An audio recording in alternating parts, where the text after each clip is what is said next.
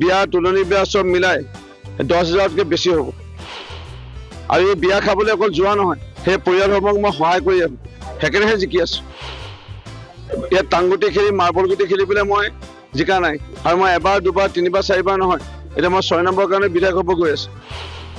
এতিয়ালৈকে 2000তকৈ অধিক মৰিনী মানুহক মই খৰি দি পালোঁ। মই চুমা বাবাৰ প্ৰশ্ন একো উত্তৰ দিবলৈ নাই। মৰিনী ৰাইজে উত্তৰ দিলে 2021 চনৰ উপ নিৰ্বাচনত। এতিয়া 9 তাৰিখে প্ৰস্তুত মৰিনীবাসী ৰাইজে এই প্ৰশ্নটোৰ উত্তৰ দিবলৈ একদম ভালধৰণে পাব। মৰিনী সমষ্টিৰ ৰাইজক এতিয়ালৈকে 57 বাৰ ৰক্তদান কৰিলোঁ। অখিল গগৈ কেইবাৰ কৰিলে প্ৰশ্নটো সুধিবচোন, ইয়াৰ চাগে উত্তৰ তেখেতৰ ওচৰত নাই আৰু দিব নোৱাৰে। মৰিনী সমষ্টিৰ ৰাইজৰ কাৰণে ধুধুৱালিৰ কাৰণে প্ৰতিবাদ, অসম নাগালেণ্ডৰ সীমামূৰীয়া মৰিনী মোককচং পথৰ কাৰণে NSTত প্ৰতিবাদ, অসম চাহ নিগমৰ চাহ বাগান বন্ধ হৈ যোৱাৰ সময়ত প্ৰতিবাদ। তেওঁৰ নিচিনা দালালি প্ৰতিবাদটো মই কৰি পোৱা নাই। নদী বান্ধৰ কাৰণে প্ৰতিবাদ, কমিশ্যন ল'লে হৈ গ'ল, ৰাইজক লৈ গ'ল মাটি পটা দিয়াম বুলি, নিজে অৰ্কিড পাৰ্কত মাটি লৈ ল'লে। সেই দালালি প্ৰতিবাদটো মই কৰি পোৱা নাই।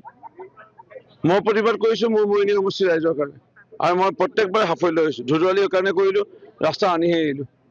মৰিনী মোককচং ৰাস্তা আজি সকলোৱে জানে, NSTৰ ওচৰত কি ব্যৱস্থা আছিলে, প্ৰতিবাদ কৰিছিলোঁ, প্ৰতিবাদ কৰি ৰাস্তা আনিলোঁ। অসম চাহ নিগমৰ কাৰণে প্ৰতিবাদ কৰিলোঁ, চাহ বাগান খোলালোঁ। সেইকাৰণে ৰুদ্ৰজ্যোতিকুৰ্মীৰ কথা মৰিনী ৰাইজে জানে, অসমৰ ৰাইজেও জানেই আৰু, কিন্তু মৰিনী ৰাইজে একদম ভালধৰণে ওচৰৰ পৰা পাইছে।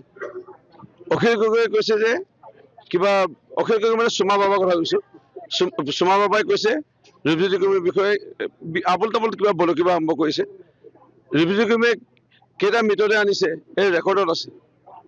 আজি যদি পষ্টমৰ্টমৰ যদি ল'ৰাকেইটাক সোধেগৈ যে ৰুদ্ৰজ্যোতিকুৰ্মী কেইবাৰ আহে ইয়াত, পষ্টমৰ্টমৰ কেইবাৰ আহিছিল, পষ্টমৰ্টমৰ ইয়াৰ পৰা মৃতদেহ নিজে দাঙি লৈ গৈছে, তাত হিচাপ আছে।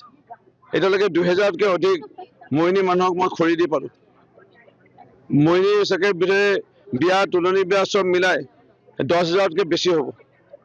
আৰু এই বিয়া খাবলৈ অকল যোৱা নহয়, সেই পৰিয়ালসমূহক মই সহায় কৰি আছো, সেইকাৰণেহে জিকি আছো।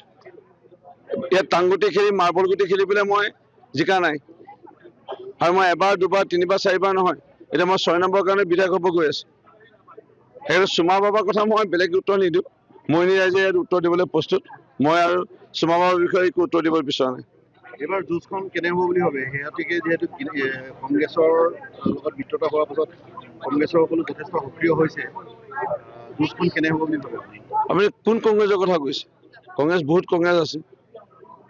ইয়াত তৃণমূল কংগ্ৰেছ আছে, তাৰপিছত কংগ্ৰেছ আৰ আছে, কংগ্ৰেছ আই আছে, কংগ্ৰেছটো বহুত আছে। এতিয়া কোন কংগ্ৰেছৰ কথা কৈছে? কংগ্ৰেছ আৰটোতো খতম, বৰ্তমান যোনটো চলি আছে। কংগ্ৰেছ আই যিসকল আছিল মোৰ লগতো যোগদান কৰি আছে, তেওঁলোকেতো ভিতৰকে মোকে সহায় কৰি আছে। বহুতে যোগদান কৰিয়ে দিলে, আৰু কালি পৰহিৰ পৰা আকৌ যোগদান চাবচোন। এই নিৰ্বাচনলৈকে কংগ্ৰেছ যিটো পকেট কংগ্ৰেছ ইয়াত নাইকিয়া হৈ যাব। কংগ্ৰেছ আৰটো কিন্তু থাকি যাব। কংগ্ৰেছ আৰ থাকিব, তাৰপৰা ইয়াত জইন কৰি দিলে আৰু জইন কৰিব গৈ আছে। থাকিল কথা ইয়াৰ ৰাইজৰ দলৰ বহুত ভাল ভাল প্ৰাৰ্থী আছে, সেই প্ৰাৰ্থীসকলক নিদিয়াৰ কাৰণে তেওঁলোকে ইতিমধ্যে আমাৰ লগত যোগদান কৰিলে, বা কেইজনে এতিয়া যোগদান কৰিবলৈ গৈ আছে।